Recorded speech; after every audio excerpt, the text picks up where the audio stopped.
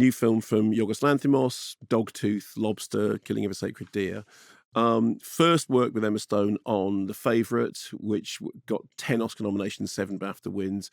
They have since then made the short film Bleat. They've shot an entire other feature, Kind of Kindness, since doing this. And so they're obviously... They like each other. They like each other. They work very well together.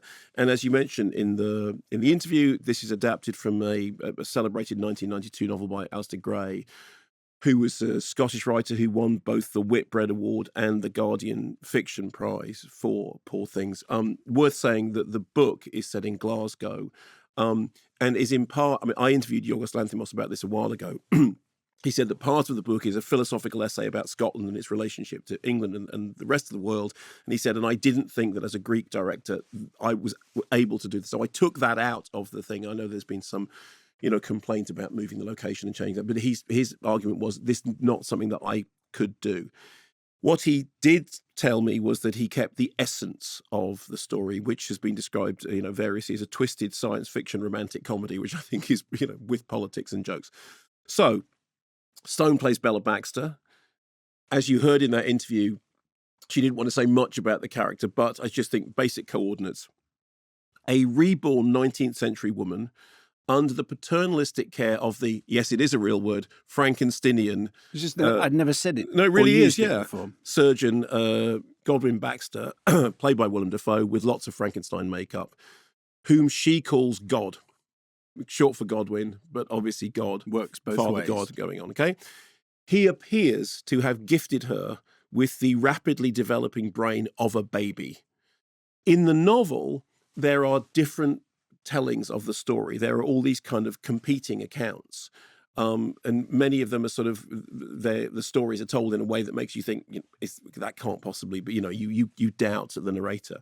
The film changes that, and it makes it solely her perspective. You see the world through her eyes. And I think that one of the ways that you see this most clearly is that the film exists in an artificial world. It's all shot on sets. I mean, brilliantly shot by Robbie Ryan.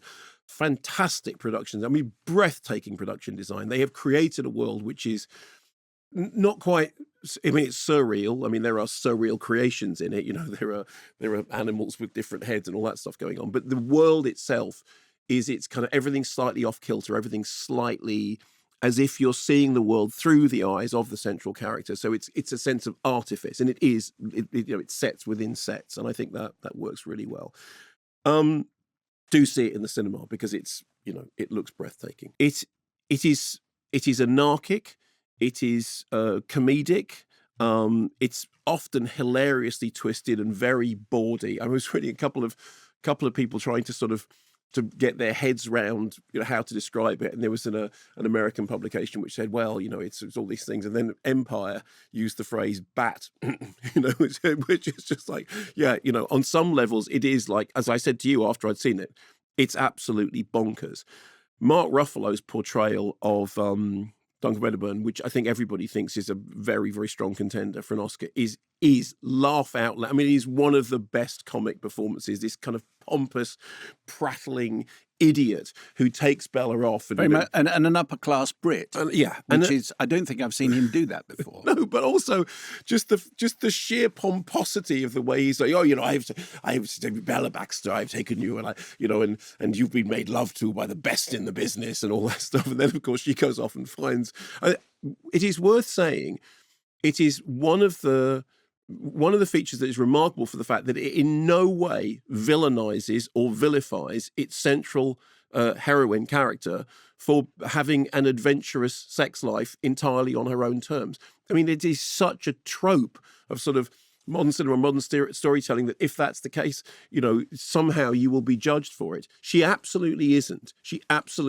I mean, she may leave a trail of broken idiots like the Mark Ruffalo character because he can't cope with the fact that she doesn't think he's the most wonderful thing in the world. This actually relates weirdly enough to the disappearance of Sheer Height. His character is the kind of person who would have thrown the Height report in the river because as he throws her books in the river, because how dare she be reading? He would have felt emasculated. He would have felt seriously emasculated. And there is a serious thing going on. Emma Stone said in that interview, it's a woman, who doesn't have shame. And she said this before, the woman who doesn't have to deal with shame.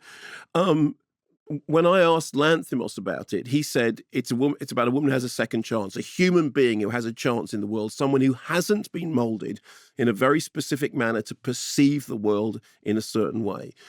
And he described it as a story of somebody who's a 28-year-old woman who had lived a life that obviously hadn't been fulfilling, who is basically given a clean slate. This relates to what Emma Stone said, the chance to start again, the chance to be creator and created, the chance to write your own destiny.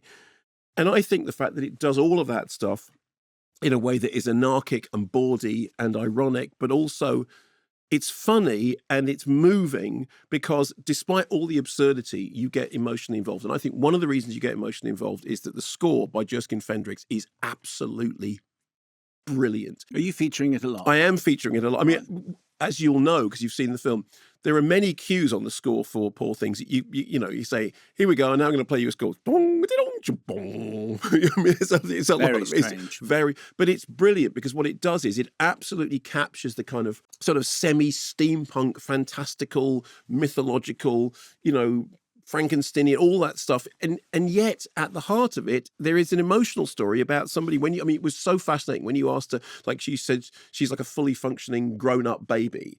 And she said, well, yes, but obviously that's how when we first meet Bella Baxter, that is what she like. But then you sort of see her grow before you. And as she grows and as she becomes more agile, both mentally and physically, the men become more and more infantilized. I mean, Mark Ruffalo, when you first meet him, he's all rakish and everything. But halfway through the movie, he's turned into a gibbering schoolboy. And it's sort of like their paths, cross like that. And there's this recurrent theme that men in her life keep forgiving her. I forgive you for the things I don't want forgiveness. What are you forgiving me for? So I thought it was. I mean, I really, really enjoyed it. I've now seen it 3 times. Wow. And the first time I saw it, I was a bit like, what on earth is going on? It was like, really? Wow. And then the second time, I thought, okay, now, I'm getting more of the sort of the serious undertone and all the rest of it. The most recent time I watched it, I just thought it was hilariously funny. And it was very interesting that he says in that interview, minute I read it, I knew it was a comedy, because all of Lanthimos' stuff, even Killing of a Sacred Deer, these are darkly comedic in their form. They have to hit you on an emotional level. They have to elicit a response that you can't resist. I mean, I thought it was terrific. Simon? I admired it. I mean, I admired it, and it's not. Lanthimos' films aren't for me, basically. But sure. But I agree with everything. It was uncomfortable. It was awkward. It's twisted. It's debauched.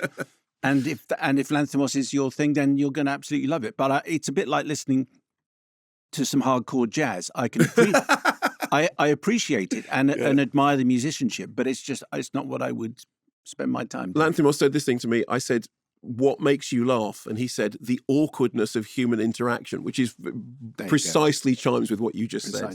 Thanks very much for watching this video. I hope you enjoyed watching it as much as we enjoyed making it. While you're here, check out all the other videos, because they're cool too, aren't they? Yeah, and if you want to keep up to date with everything Kermode and Mayo's take, then check out our social channels. I mean, why wouldn't you? I mean, I would. I have done. Excellent.